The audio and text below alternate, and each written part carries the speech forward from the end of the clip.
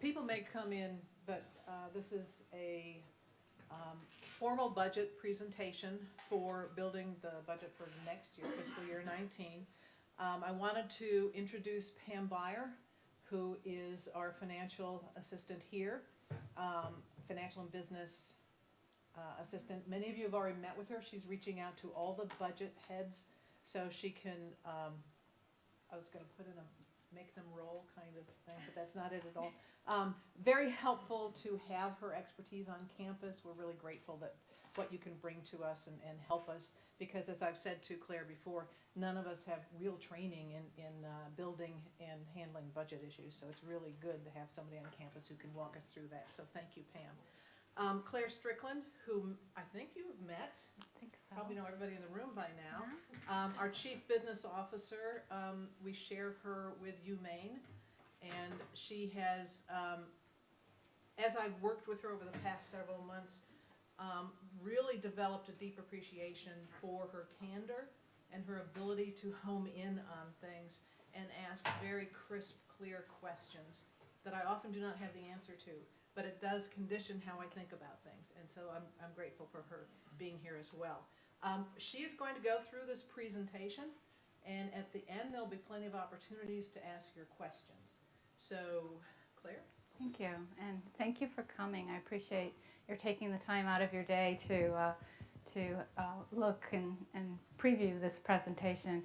I don't have all the answers, but I want to inform you as to the process of developing a budget for the University of Maine at Machias. I'm thankful for Pam's help. Pam reports directly to me at the University of Maine campus and is also helped by Alicia Wyman, who's my Director of Budget at the University of Maine. So here we are on December 14th, and this is the first iteration of how we're going to build the FY19 budget. So the timeline, I always like to have a timeline for budget. We start primarily in the summer. We start the process in summer looking, and we've already started a fiscal year, but we're thinking ahead and wondering, what are the priorities for the next fiscal year. So we have initial conversations during the summer. We wait until, whoops, I think my battery just ran out.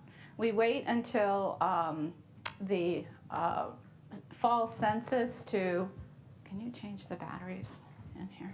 Thank you. Thank you. We wait until fall census to make some enrollment updates, and we get parameters and assumptions from the system office based on, the increases to business insurance, the increases to shared services, and we take those under consideration and start to look at what we have in the current fiscal year, FY18, and make assumptions for the next fiscal year. That brings us to today. We're here on December 14th, and I'm giving you the first budget presentation with some of those assumptions and allocations rolled into the presentation. We need to have, thank you so much, we need to have the budgets, the actual budgets in the PeopleSoft manual module by January 12th, which doesn't give us a lot of time because there are holidays between now and the 1st of January. So there's a lot of work that happens in this time frame. And I'm, again, appreciative to Pam, who seems to be working with all of the directors and chairs to try to build that budget. We have an initial budget review by 2 members of the Finance and Facilities and Technology Committee in late January. This year it's scheduled for January 30th. The University of Maine and the University of Maine at Machias will be presenting their budgets to 2 members of the FFT that afternoon, January 30th in the afternoon. Then perhaps in February, I can redo this budget presentation with more information or additional information or with a PowerPoint presentation that we will be giving to the members of the FFT in late January, just to keep the campus informed and be transparent as to what we're doing with the Machias budget.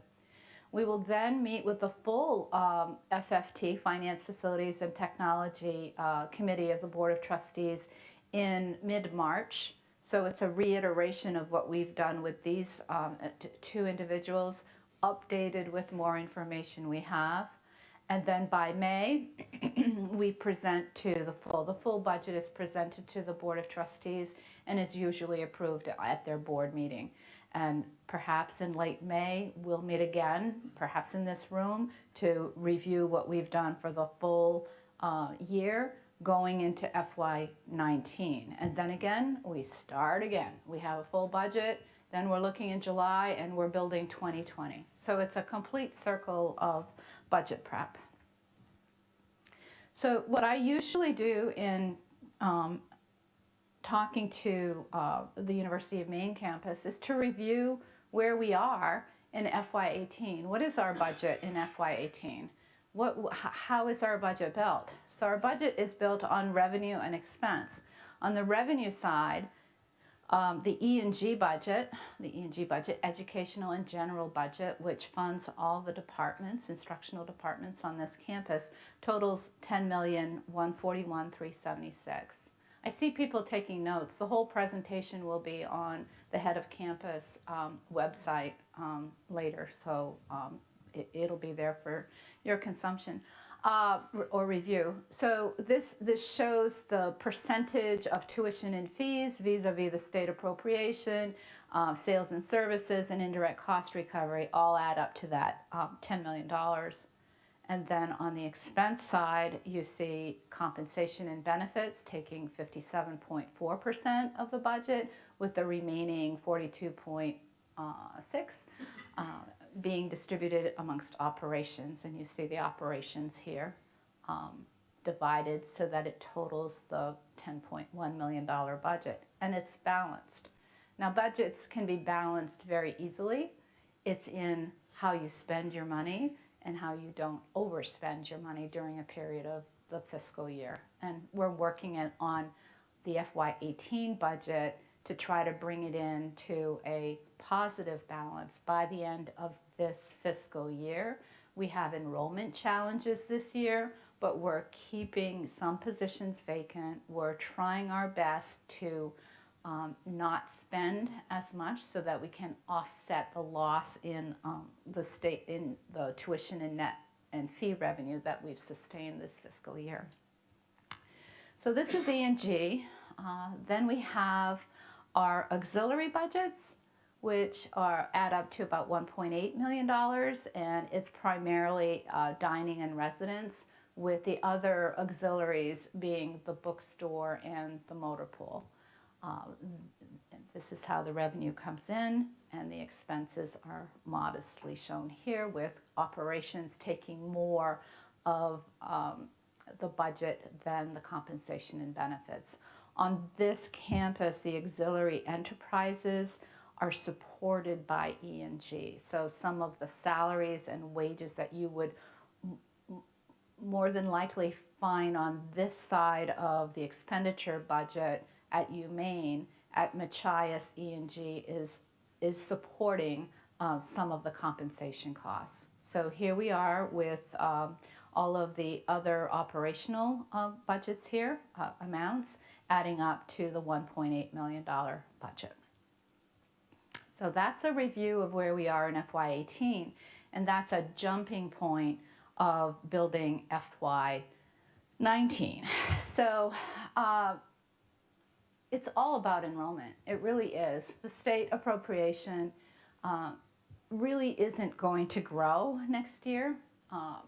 And on this campus, it's actually declining because of the outcomes-based funding formula that's in play right now.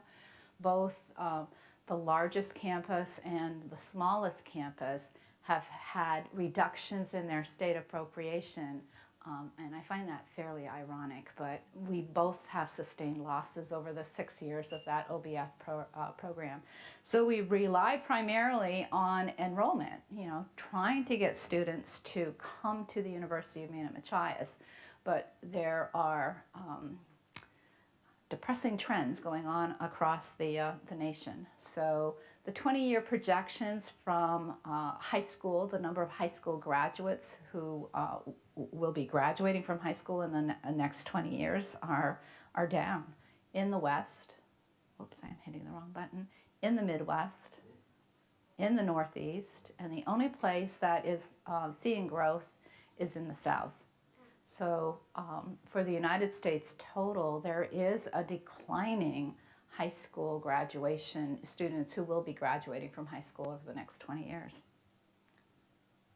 In the state of Maine, or actually in the New England states, you see where everything is declining. And focusing on Maine, our decline will be 18% by the time we hit 2032. And even 5 years out in 2021, it's 9%.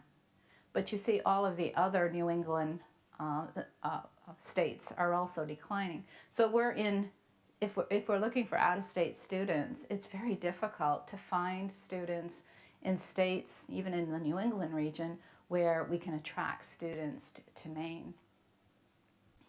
So with that said, these are the actual credit hours at census. Excuse me. I believe this was fall census, so summer, fall, and spring. There's the grid there. So in fiscal year 2014, there were 16,980 credit hours that the University of Maine at Machias had. And I focus not so much on heads as I do credit hours, because heads can take varying credit hours. If I just focus on credit hours I call credit hours the coin of the realm. So each credit hour means money of some sort.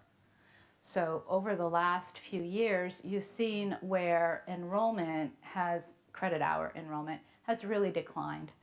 And we're hoping that we can get back to this level, and that's what we're projecting in fiscal year 2019. That's an enormous effort by our admissions staff to try to secure enrollment for the coming fall semester, fall of 2018.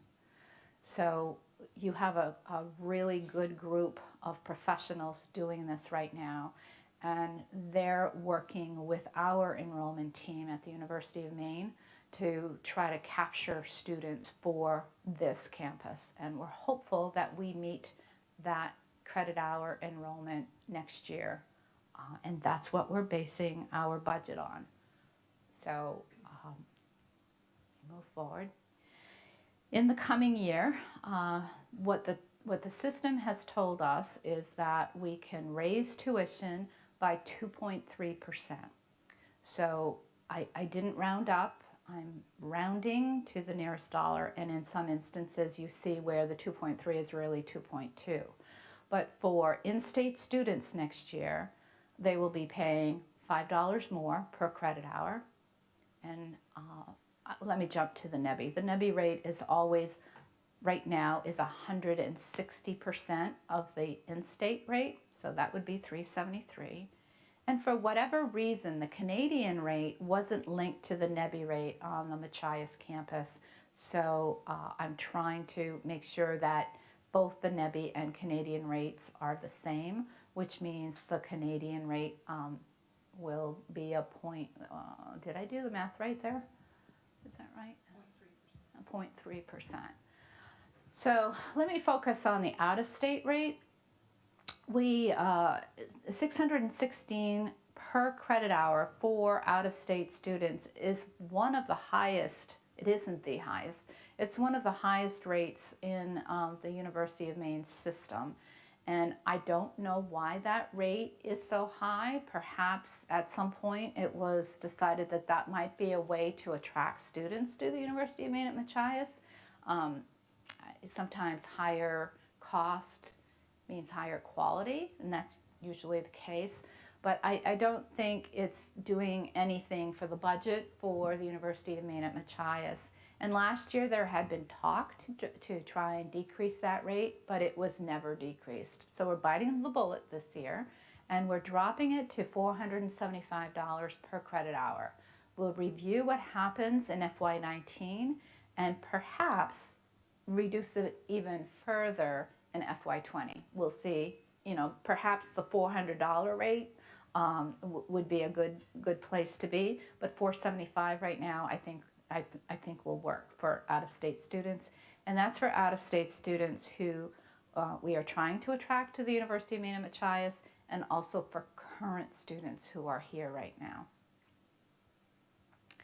The way we're going to offset this, and you'll see it in further slides, is we're going to offset the loss of revenue by a decrease in the discount rate, a decrease in scholarships for these out-of-state students.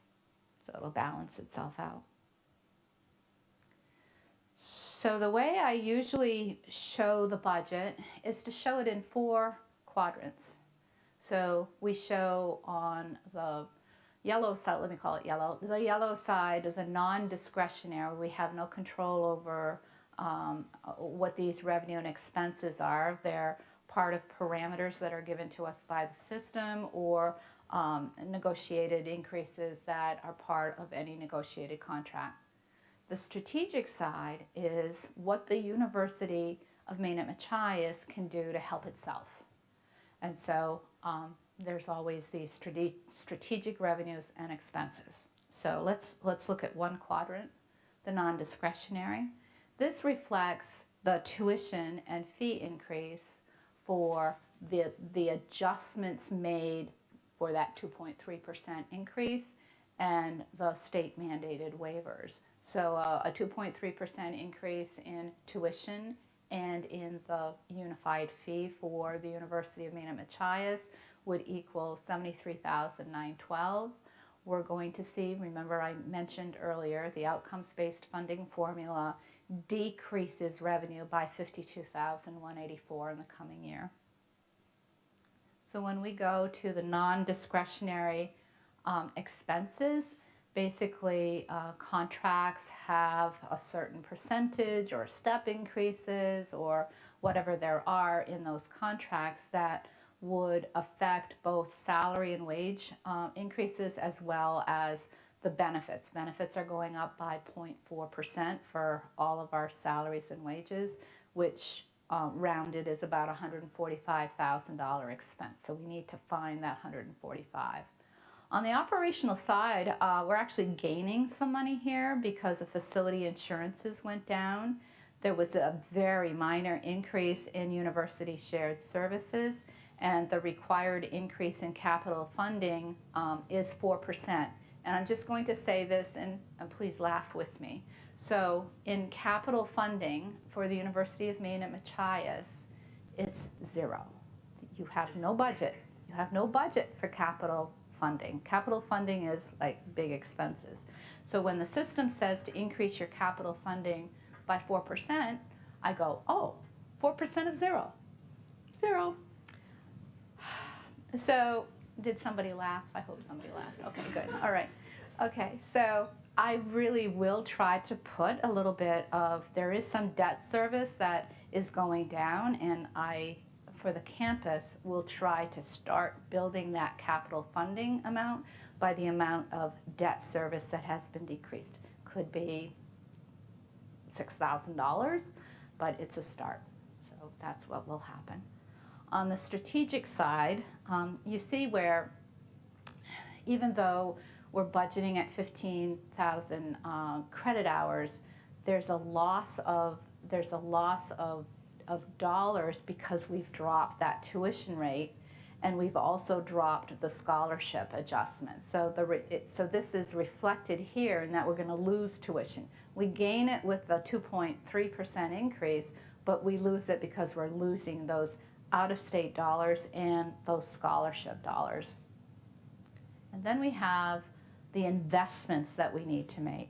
We need to make investments in facilities and utilities to account for maintenance of our facilities and to account for increasing costs of utilities, fuel. So you see it $80,000 here. We also always want to have a strategic initiative amount. For now, it's a modest $100,000 that would be set aside. We're not tagging it for anything right now, but it would be set aside for enrollment, retention, student success, so that we could invest into those areas to be able to bring more students, retain more students to the University of Maine at Machias. It's always important to invest even when we're essentially losing dollars here. Because if I add everything up, and I'm sure somebody's adding it up here as I speak, the net incremental revenue is $21,000. The net incremental expense is $137,468. So that's a total of the gap here is $115,740. On the strategic side, we've lost $12,738. We're losing $180 in our strategic investments. So that adds up to the $192,738 for a total gap between revenue and expenses. So if we count all our revenue, we count all our expenses, we have a gap of $308,478. But then we put our thinking caps on and we say, what's the plan? So here's the $308,478. There was an error in budgeting shared services last year, thank God. So that will net us $72,771. We're eliminating some strategic base positions and vacancies for $143,628, and we will try to eliminate some unused temporary and student wages for about $45,000. So the remaining gap that we have is $47,000, or basically $50,000 that somehow we need to find. And I haven't been able to find it just yet, and I'm hoping as Pam meets with you, there are areas that we can tap to say, okay, so maybe we don't do this for now, and maybe we bring it back into the budget in future years. So this is where I believe I stop, and I can go back to any slides, and although I'll entertain any question you ask, I can't promise that I'll be able to give you an answer right now. If I can, I will. If I can't, I'll try to get you the answer as soon as I can. Yeah. So the unused student wages, what are we talking about? So I'm not quite sure if the question is being picked up by the mic, but the question was student wages. As I indicated here, we're trying to eliminate temporary positions or student wages to the tune of $45,000. When reviewing budgets, I'm seeing some departments have budgeted student wages or budgeted temporary staff wages that have not been used, that could be decreased going into next year. That's the simple answer. So have they not been used like for 1 year, or there's a recurring pattern over several years that they haven't been used? Or? I haven't looked at recurring patterns because I was brought in July. I could look, but if they're not being used this year, I don't know why they're not, but obviously someone isn't hiring students. There are fewer students too, so that could be a problem. Hi. Should we ask then what's comprised in that $143,000 of strategic base position vacancies?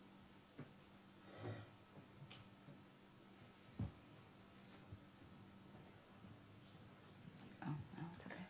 So the question is the strategic base position vacancies. There are two in that category. One is a full professor of English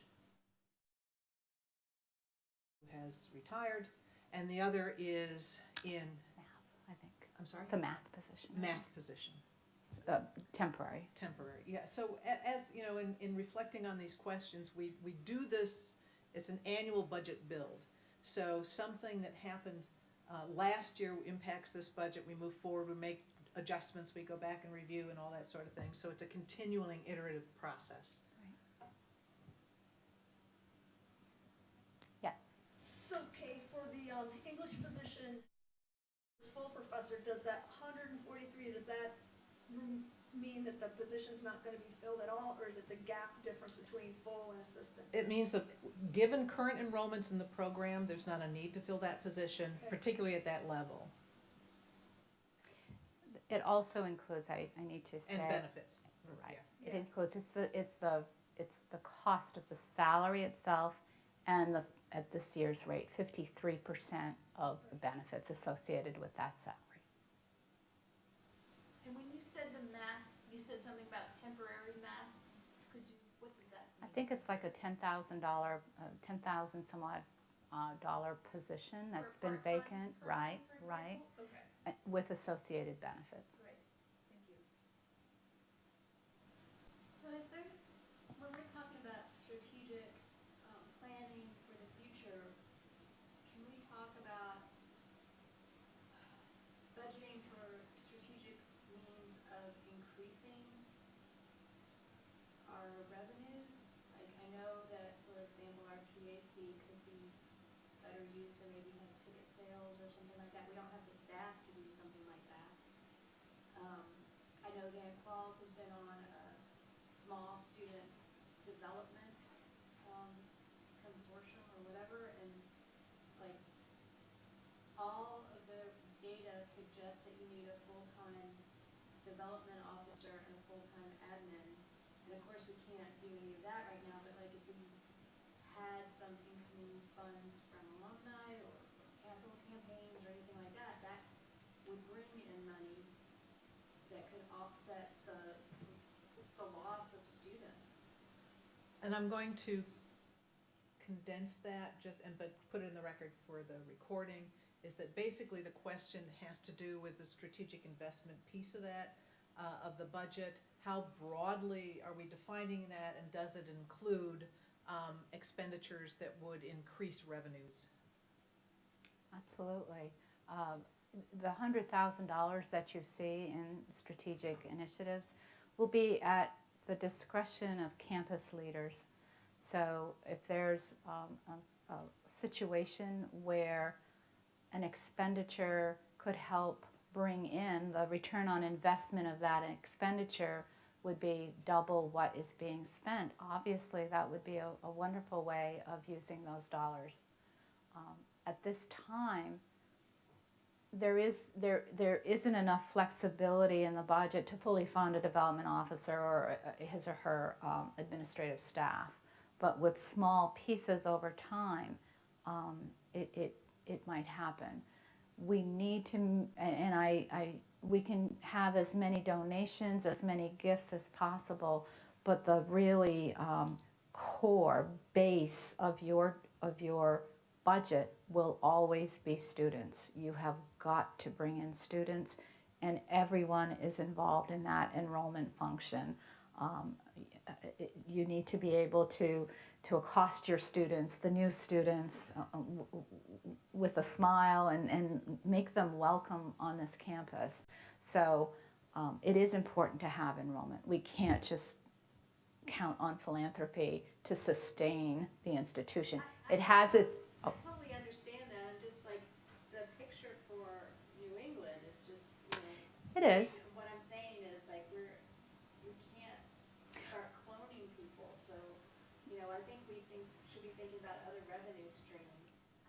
Absolutely, or making sure that the programs that you're offering attract students who may not be able to get a similar program in Massachusetts or Vermont. So we need to define those programs, define the quality that is the University of Maine and Machias to be able to attract out-of-state students. And even though they're all declining and the whole United States is declining, there are still students who don't fall in this high school graduation rate. You have young adults who never really finished their degrees. They went to college for 2 years and then, you know, they went in other directions who might want to come back and finish their degrees. So there are populations out there that can be tapped into. And there are opportunities for non-baccalaureate programs as well. Right, certificate, yeah. That we could certainly either develop or expand.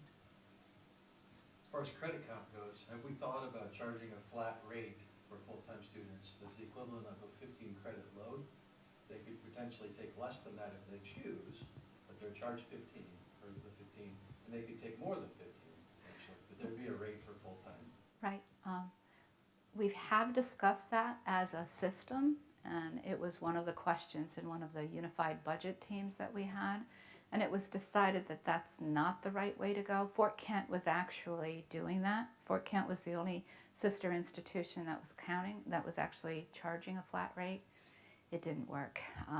It's hard to assess financial aid, and it's also difficult to really capture that rate. And as that rate, you know, do you increase it by 3% every year or 2.3%? It has been discussed. It was not one of those things that captured the University of Maine system, and Fort Kent is going back to per credit hour. Thank you. You're welcome.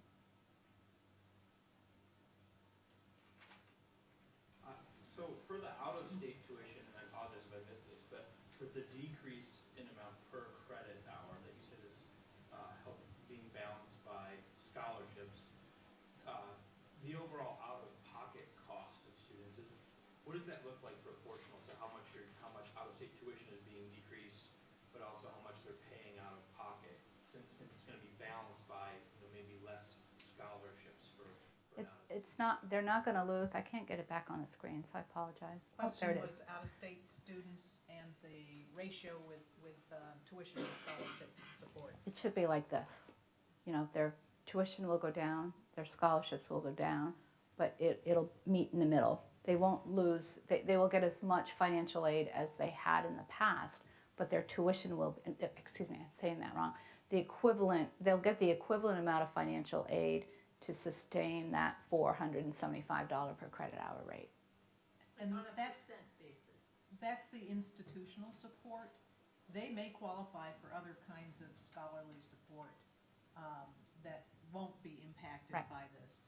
You mean like Pell Grants or work Or study could be separate, you know, bath iron works Right. or other kinds of We're private. yeah, or- right. We're talking about the institutional scholarships. So it won't hurt them financially, it may help them. But it could potentially be still the same out-of-pocket cost for them. It could, except for the situation that Kay just said. If they get an outside scholarship, it might help them. And you know, so if you're a student and parents looking at the tuition rates, typically you look at how expensive it's going to be to Can I attend return a your call, particular please? school, and then you figure out the financial aid piece of it, so it could attract new students. And that's one of the goals, is to make it more appealing for students and their parents. Sorry. Could you, or have you figured out what the goals, the recruitment goals would be and the retention goals would be to get us to 15,000 credit hours in fiscal year 19? I know that Ashley McCumbre is working with Jolie, who's our Vice President for Enrollment Management at the University of Maine.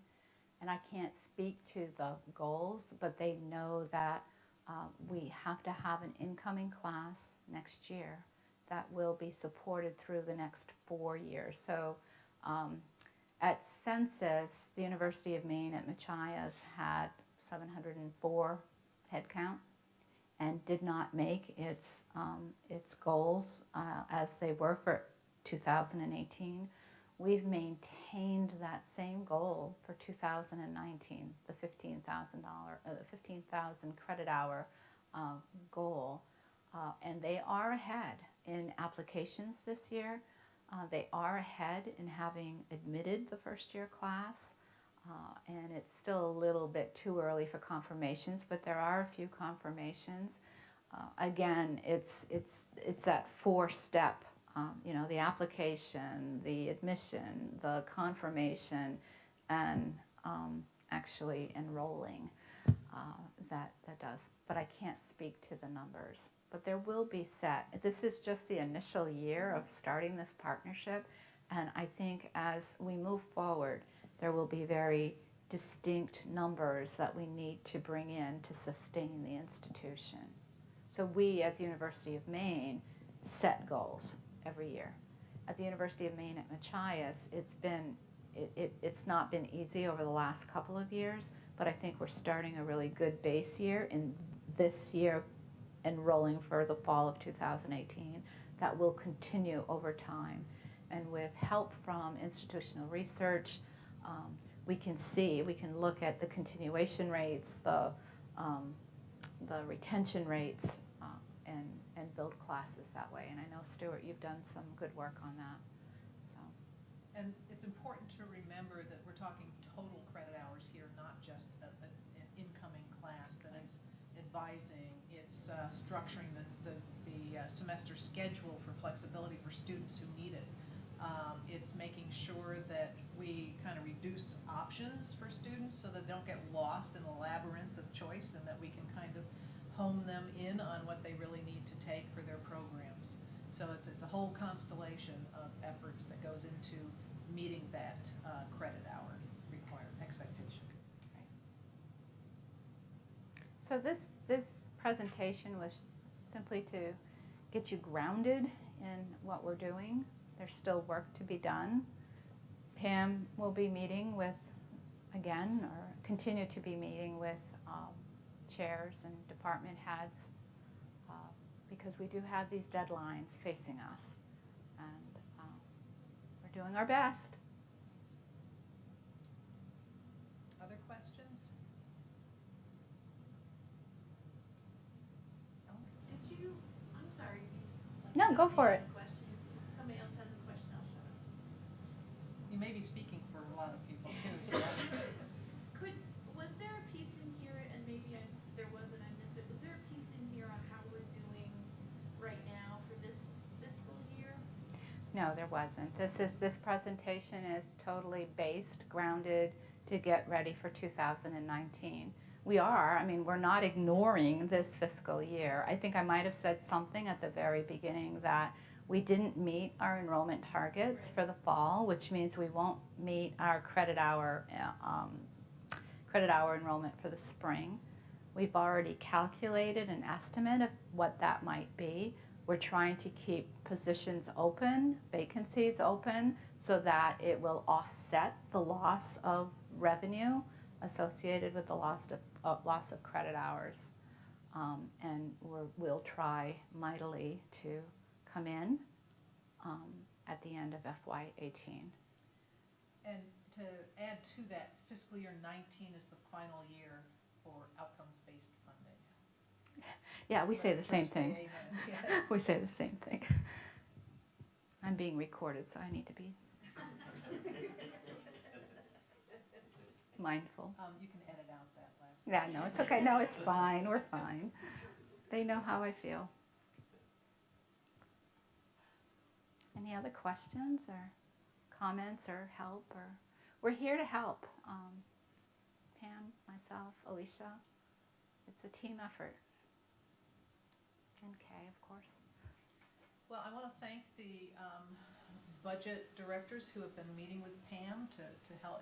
Every time I have one of those meetings, and I have one tomorrow morning, it allows me to kind of rethink what really matters in whatever department I'm in, and what it will take to be effective in those initiatives. And so it's a continual learning curve.